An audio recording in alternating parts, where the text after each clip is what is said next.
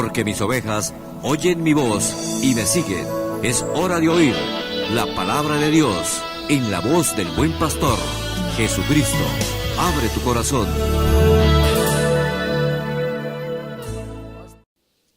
Dice la Biblia en Proverbios capítulo 22, verso 6. Instruye al niño en su camino, y aun cuando fuere viejo, no se apartará de él. Tomen asiento, tengan la amabilidad. Vamos a hablar esta noche unos minutos solamente acerca de la instrucción con los labios. Y voy a referirme en principio en la base de un texto tan reconocido como es este, a su real y verdadera interpretación y sentido que el autor tomó cuando así los transcribió. El hilo que trae Salomón en su pensamiento no es otro sino describirnos los caminos de diferentes clases de peregrinos.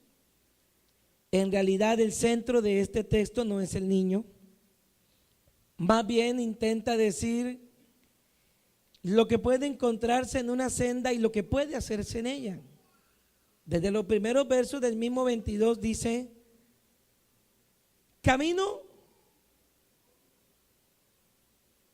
del rico y el pobre, verso 2, en el camino el rico y el pobre se encuentran, porque a ambos los hizo Jehová.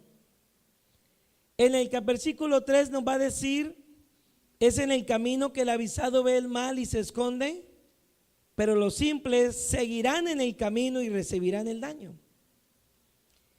Riquezas, honra y vida son remuneración de la humildad, del temor y del temor de Jehová, pero espinos y lazos va a encontrar en el camino el perverso. Mas, hablando del camino de ellos mismos, el que guarda su alma se alejará de ellos. Y hablando del camino del rico, del pobre, del avisado, del simple y aún finalmente del perverso, su contraparte, por eso se llama la antítesis, y dice entonces: de este otro lado, lejos del perverso, en el otro extremo está el niño. Instruye al niño en su camino. No se refiere en realidad al camino de Dios. En sí lo que intenta decir de manera genérica es que lo que le des siendo niño, sea divino o sea perverso, sea bueno o malo, lo que quiera que tú le entregues, él le quedará tan arraigado que cuando sea viejo no dejará de hacerlo y de seguirlo. Y entonces nos dice: es el camino del niño. No esperes a que haya pasado al otro tipo de senda y cruce el puente de la juventud y llegue a la colina de la madurez. No, en la niñez instrúyelo. Definido que se trata es del camino de él, que es el que ha de cultivarse y de procurar aprovecharse. Los hebreos tomaron tan en serio la educación de los hijos que lo consideraron el único método de evangelismo. Ellos no hacían proselitismo, haciendo o queriendo que los filisteos se volvieran judíos o hebreos. Jamás invitaron a cretenses o árabes a que fueran cristianos. En realidad, los que lo hacían de iniciativa propia. Para el judío, hacer crecer el pueblo en la fe consistía en solo una cosa: instruiré mis hijos en el camino. Nada más. La nación más extendida en la tierra hoy y muy radical en sus preceptos lo debe a padres que hicieron su trabajo en la niñez. La sociedad misma que se estableció para entonces, la judeo-cristiana, tenía ese modelo. Usted lee un poquito Gálatas y usted encuentra que la Biblia habla comparando y diciendo: éramos antes niños y la ley fue nuestro ayo que nos trajo a Cristo. El ayo era un niñero encargado de darle el conocimiento profundo de lo que los padres solo usaban en titulares. Era normal para un hogar israelita que a las 5 de la mañana por todas las casas iba pasando ese ayo, un siervo que tomaba a los niños y los llevaba a la sinagoga. Cuando llegaban a la sinagoga, todos los días allá en la sinagoga les enseñaban la palabra. Aprendían a escribir, pero escribiendo la ley. Aprendían a cantar, pero cantando la ley. Aprendían a contar, pero contando los preceptos de la ley. ¿Cómo se la enseñaban? Ligaban toda experiencia sensitiva y formativa del niño a ese mismo aprendizaje. Una característica era que los niños se enviaban a la sinagoga sin desayunar. ¿Sabe qué hacía el sacerdote o levita de turno para enseñarle la lección? Tomaba un pedazo de torta y grababan con bronce los versículos o los textos sobre esa torta y luego le echaban miel. Ese era el desayuno hebreo, más o menos como, ¿cómo lo llaman ahora? Esa torta, pancake, el pancake hebreo. Y el panqueque hebreo le echaban miel y le decía al niño: ¿quieres comer? Y el niño decía: sí, debes decir el versículo de memoria. Y cuando lo termine de decir sin leerlo, entonces te la puedes comer. ¿Qué sentía el niño al comerlo? Lo que luego, años después, escribió David: Señor, cuán dulce a mi paladar me son tus palabras, más dulces que la miel. Esta forma pedagógica de instruir fue la interpretación que ellos dieron a esa expresión. Instruir no significa solo compartir, significaba construir. El término es compuesto in, adentro, truir o truere, de formar, significaba formar adentro. No es afuera, es adentro. Comer la ley, les decía a ellos, mi deseo y como el de Dios es que yo lleve su palabra adentro. En mi corazón he guardado tus dichos para no pecar contra ti. La gran crisis que vive la generación, yo diría, de los últimos 50 años del mundo, está en que la educación y formación sí se da. ¿Y por qué no? Con lo mejor que ha podido hoy el hombre tener en conocimiento, pero el terreno donde es sembrado no es el corazón, es superfluo, es afuera. No se siembra al alma, no es adentro. Y aún los cristianos somos llamados a que si este principio queremos que se ejerza, que un niño instruido en el camino mañana no deje el camino, tendremos que construir por dentro.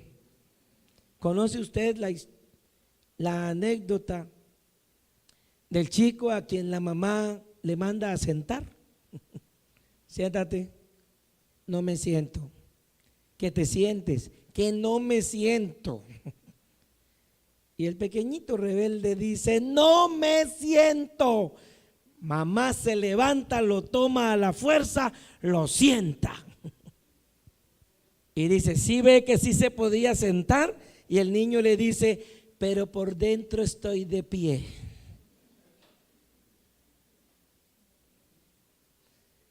Estuve en una escuela bíblica hace unos años, no ha vuelto a pasarme, pero esa vez la tengo aquí fresca. La maestra pasó frente a la iglesia, como solíamos verlo, y dijo: Vamos a escuchar a un niño que sepa un versículo.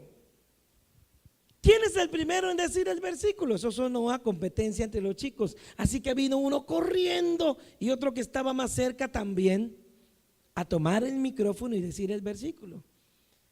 El que estaba más cerca, desde luego, llegó primero.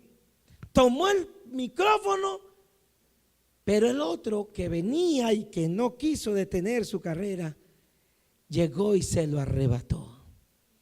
Como no quería soltarlo, le dio una patada y lo dejó lejos. El niño que va cayendo y el otro que toma el micrófono para decir: amarás a tu prójimo como a ti mismo.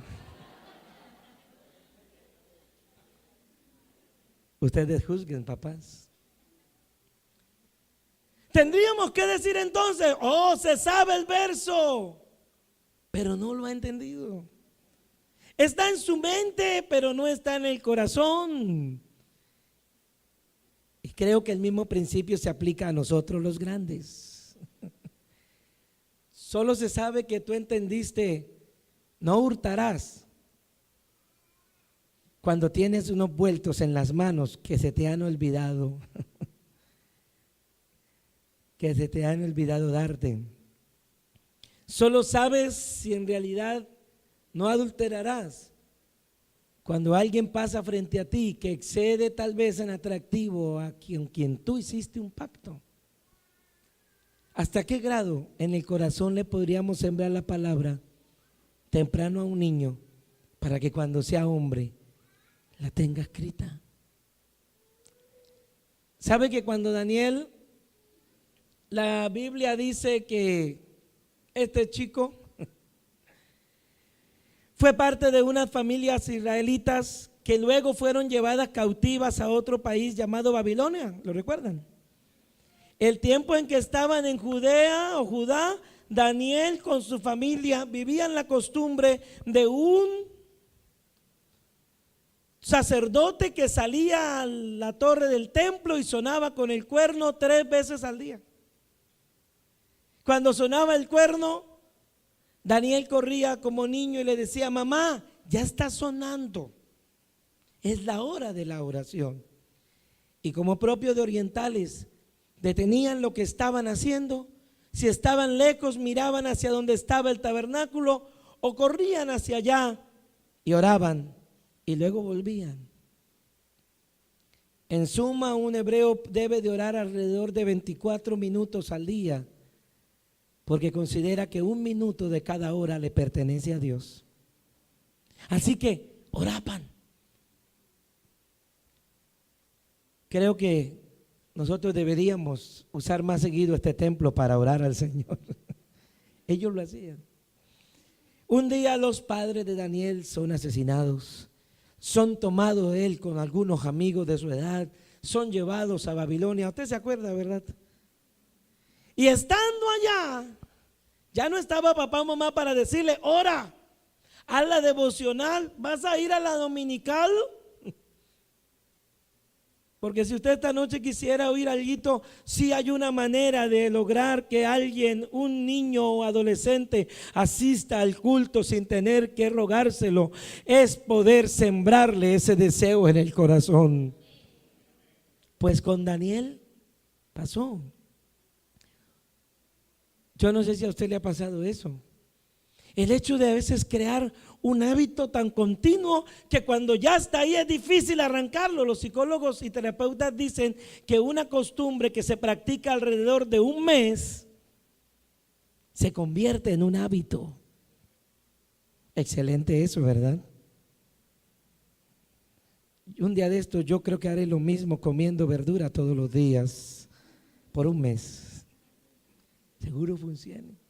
Escuché a un pastor que llevó a su esposa, llevó a su familia a una nueva iglesia, lo trasladaron. Pero donde lo trasladaron, él llevó a la mamá, vivía ya con su madre viuda. Y la iglesia donde llegaron quedaba al lado de una fábrica.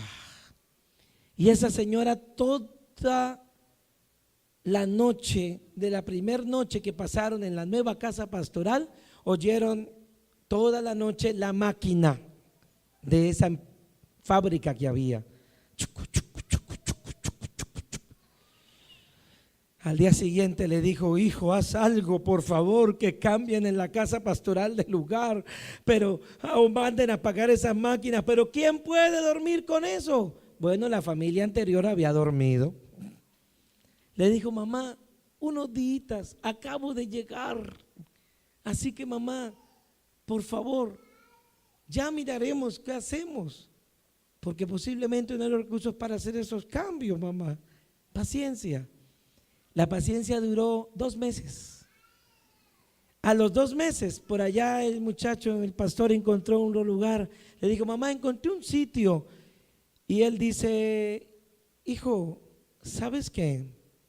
¿Qué, mamá? Dice: mira, anoche apagaron las máquinas. Creo que entraron en paro o en vacaciones. Y te soy sincera, no pude dormir. ¿Por qué no les dice que prendan las máquinas? Porque ahora necesito el ruido. Se parece a los que usan ventilador de noche, ¿no? Así haga frío, necesitan el ruido para dormir. Y si está sin aceitar, mejor. Eso se llama el sistema repetitivo, que es el ideal de Dios. Y Él lo usa para sembrarnos al corazón. Por eso cuando un domingo en la mañana tú trabajas, o te llega el jueves en la noche allá en el centro haciendo vueltas, ni siquiera tienes que ver el reloj, pero hay algo en el corazón que te dice: estoy en el lugar donde no quisiera estar. A esta hora yo no estoy por acá afuera. El cuerpo mismo te gime y te dice: es la cita con Dios. Amén. Funciona conmigo, funciona contigo, funciona con nuestros hijos. Y el Daniel, aunque estaba lejos de su tierra, tenía un reloj despertador que le decía: es la hora de orar. Y el cuerno que sonaba cuando era niño lo tenía grabado en su cabeza. Y se levantaba y se iba a orar. Y aunque hubo un edicto que dijo que no lo hiciera, no pudo callar ese cuerno, hermano. Yo una vez ministré a un muchacho recién salido del ejército y vino y me dijo: hermano, ore por mí porque no he podido dormir. ¿Por qué, mijo? Dice: hermano, todos los días 4 de la mañana suena la diana aquí en el oído. Y me levanto de un momento a otro y digo: buenos días, mi capitán. Y es el perro que tengo ahí. Pero ¿cómo me lo saco? Por eso yo quisiera decirte, la instrucción solo se da en la medida de que algo repetitivo pasa con la vida de un niño, en el que por tener un terreno más blando, mayor huella y profundidad, va dejando esas marcas. La labor se tiene que hacer constante. Le diré algo que me pidieron trabajar en un congreso hace unos 2 años en Barranquilla. La arritmia escolar crea procesos en nuestros hijos y aún en nosotros, muchachos, ya que tengo a varios de ellos aquí conmigo. Se hace hoy en Colombia ya una costumbre el que cuando el chico parece no ir muy bien en el colegio, ¿sabes qué? Deja de estudiar, te vas a poner a trabajar y vas y validas el bachillerato. Y la famosa validación que por ley está para mayores de edad, hay quienes la han logrado forzar de alguna manera para que la reciban niños. Porque claro, suena fácil decir, ¿qué problema? Pues 1 año y cada sábado y ya no tiene que estar todos los días en el colegio y ya. Pero eso es como el que toda la semana dejara de comer y comiera el domingo todo junto. Quienes han estudiado el cerebro del muchacho de hoy y los cambios generacionales que ha tenido, han ido encontrando que eso, en vez de ayudar para bien, le ha afectado en su ser integral. Le diré lo siguiente: por evitar que un muchacho esté yendo al colegio y esté teniendo todo el proceso. ¿Qué proceso? Un chico llega, presenta un examen y lo perdió. Ay, sí, ve, lo perdí. ¿Qué hace el muchacho? Llora, se lamenta, se deprime. Uy, mire, perdí esto. Y el otro le dice, bueno, no te preocupes, eso vale tantos puntos. Dice el profe que la semana que viene nos hace otro examen. Ahí puedes recuperar. Si sacas 3 buenos, aunque haya 2 malos, por promedio puedes pasar. Pues hasta así, ¿verdad? Y te pone de lado la evaluación y se va entonces al examen y vuelve otra vez y lo recupera. Y entonces está entre perdí, gané, luego volvió a perder. Y está en un proceso en que aprende a ganar, pero también a perder.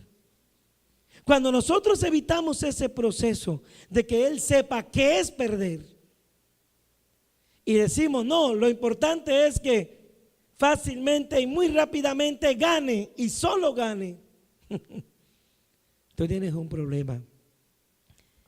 Se encuentra entonces hoy el producto del chico que fácilmente la novia lo deja y él quiere quitarse la vida. Lo echan del empleo y dice, esto no tiene sentido. ¿Cómo voy a poder ser alguien útil y proveedor? Porque no sabe afrontar pérdidas. Esta vida cristiana, es cierto, muchos cuando nos bautizamos dijimos, ya debería irme con el Señor. Porque ¿para qué quiere Él ahora ponerme en pruebas? Y los que llegamos al evangelio adolescentes tuvimos pruebas. Porque los adolescentes también tienen pruebas. Eran pruebas difíciles. Eran pruebas de tentación. Era prueba del muchacho que se pone al lado, la muchacha que se pone al lado para tentarte. Y tú dices, pues yo sé que no debería, que está temprano, que no es el momento, pero ahí está la tentación. Y yo le diría a los padres esta noche, no crea que la generación de ahora es diferente a la de antes.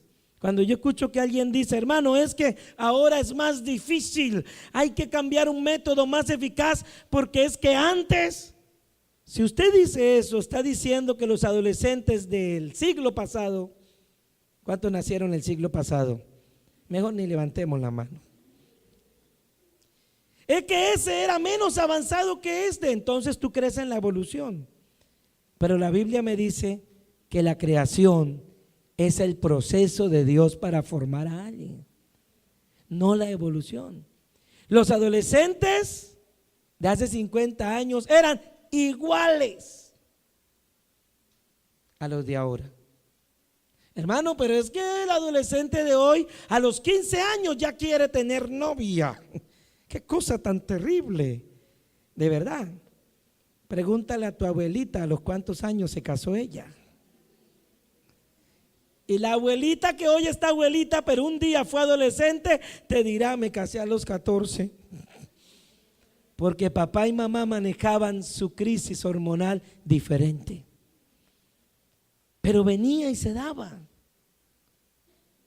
El método que funcionó para los adolescentes que llegamos a la iglesia siendo niños y nos formaron y nos sembraron y nos levantaron y nos permitió guardarnos en la tentación y atrevernos a decir, no Señor, yo estoy seguro que Dios tiene una cristiana para mí, no tengo que ver al lado y lado, yo estoy seguro que también puedo llegar virgen al matrimonio, yo estoy seguro porque hubo una palabra que venía y venía y venía y nos fue entrando a la profundidad del corazón. Amén, diga gloria a Dios. Todavía funciona la repetición. Todavía funciona la palabra que se oye seguida al oído. Todavía. ¿Cómo se hace una construcción? Las construcciones se hacen con material de manera continua. Se ponen ladrillos y todos del mismo tamaño. Se colocan hierro y todos del mismo gruesor. Cuando tú haces un trabajo continuo se da estabilidad. Y cuando decía ahora, así como un niño va a clase todos los días y todos los días recibe una materia y no cada 8 ni cada 10, de igual manera pasará en la iglesia. ¿Quieres que tu hijo sea cristiano? No lo traigas una vez al mes. No lo traigas una vez a la semana. Se necesita ladrillo tras ladrillo. Haga la cuenta. No le quiero dar pena, pero ¿sabe? Si usted solo viene un domingo a la semana, un día a la semana, ¿cuántas semanas trae el año? 52 semanas. Así que cuando termine el año, usted habrá venido solo a 52 cultos. 52 cultos o 52 días, ¿cuánto es? Un mes y 22 días. ¿Estamos? O 21. Pero resulta que usted no viene todo el día, solo viene 2 horas. Multiplique 52 por 2. Le daríamos un diploma al año de 104 horas. Y 104 horas son 4 días. ¿Sí? 24 por 4. ¿Cuánto? 24 por 4.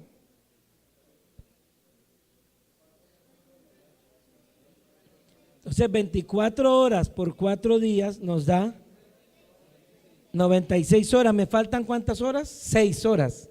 No, me faltan 8 horas. La tercera parte de un día. Así que vine todos los domingos al culto, a un culto el domingo. Te felicito, fuiste cristiano 4 días este año. De culto a Dios. Hermano, pero no puede pasar todo el tiempo en la iglesia, es cierto, pero compara la estadística con lo que pasaste en el trabajo. Compara la estadística con lo que pasaste frente a la tele. Compara la estadística con lo que dura un partido de fútbol. Y no es que no vas a jugar fútbol, hazlo. Y hazlo con tu hijo si es posible, para que entonces sea un acompañamiento integral. Los americanos también tienen su deporte y lo hicieron pensando en hijos. Hasta van y pescan, porque el tiempo que están pescando pueden hablar más con su hijo. En el fútbol algunos también hablan con el hijo, pero tírela, muévase, mucha malata, bueno, todo eso. Ok. Y después se sentarán ya a decir, campeones, está bien. Pero es lo que vas a hacer más repetitivamente lo que te va a quedar a él. Es fácil encontrar, y tal vez no todos lo descubren, pero algunos que nos hemos dedicado a esto sí. Cuando un niño es muy inquieto en el templo, será fácil descubrir que no está acostumbrado a estar oyendo cantar. No está acostumbrado a que alguien abra la Biblia y hable. Pero también es fácil detectar esos muchachos y niños que llegan a una iglesia y pueden estar mirando un predicador y pueden ver al teclado y a la guitarra y ponerse a cantar, porque resulta que cada noche en su casa hay alguien que está abriendo una Biblia, hablando un versículo y haciendo cantar una canción. Que hay una grabadora o equipo de sonido o celular, qué sé yo, sonando, y hace que haya un ambiente donde repetido al corazón el evangelio está entrando. Esta noche esa es la palabra. La instrucción consiste en que hagas más frecuente lo que tú quieres que quede en el corazón de Él, en el nombre del Señor. Esa es la invitación que Dios te hace esta noche. Tenga la bondad de estar en pie. Repite lo que tú quieres que quede al corazón de Él. ¿Qué es lo que más quisieras repetir? ¿Qué es lo que más quisieras que le quede? Y muchachos, si tú quieres y tú dices, yo lo que quiero es servir a Dios, entonces hazlo más seguido. Tú quieres cantarle al Señor y quieres que a tu hijo apoyarle el sueño de que él sea un cantante para el Señor, tendrás que hacer lo que hicieron muchas madres con nosotros. ¿Se acuerdan de los días que existían los casetes? ¿Sí? Por ahí mi hijo menor vio un cassette que día, señora, en la caja de los trasteros. Papi, ¿qué es eso? Le dije, ahí oíamos música. ¿Ahí qué hay? Música. ¿Por dónde se mete el audífono? Es un cassette.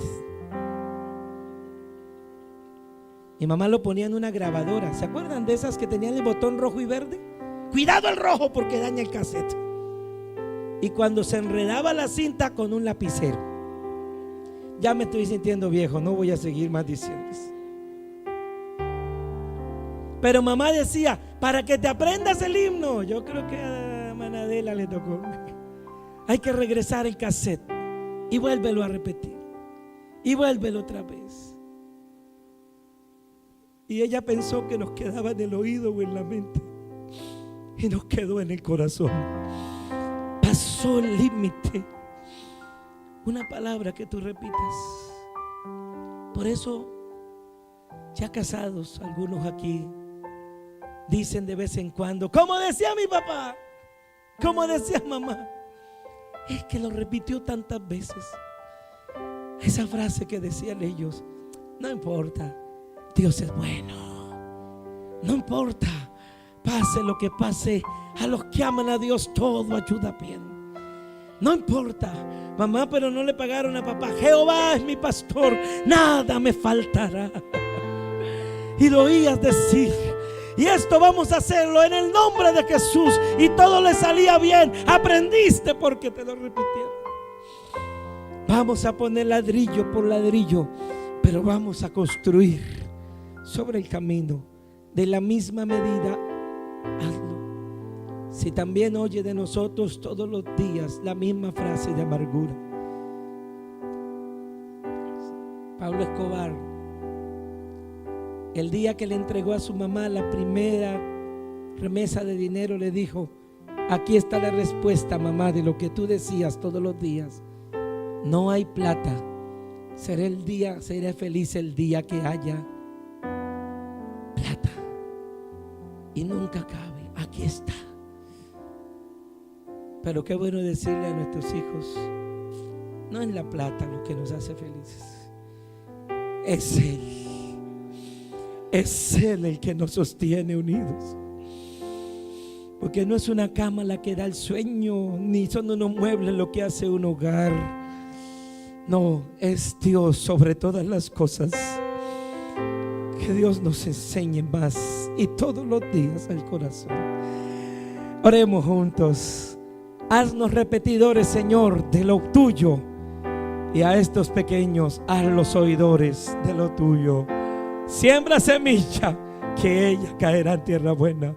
Soberano Dios y Padre celestial, esta noche linda pongo en tu presencia a nuestros hijos. Señor Jesús, haznos ser repetidores de lo bueno.